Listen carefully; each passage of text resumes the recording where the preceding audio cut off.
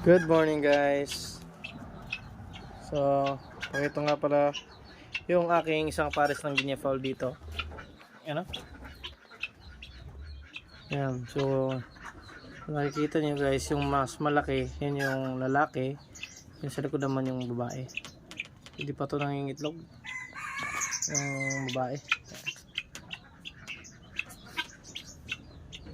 Yung napakalaki yung sungay. Yan yung waters niya, yung sa baba. Ang babae medyo malapad yung waters sa likod. Ayan lang, nasa likod.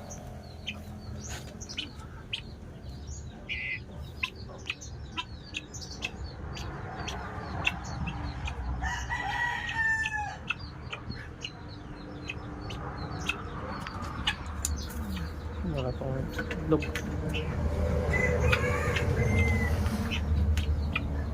Parang peacock, yun know, na may sungay, parang pabo.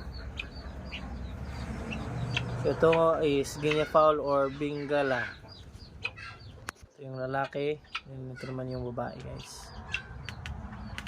So sa mga nagtatanong kung paano ma-identify, so meron akong video guys, pakihanap niyo lang sa aking YouTube channel para makita niyo kung paano i-identify kung ano yung lalaki at saka babae.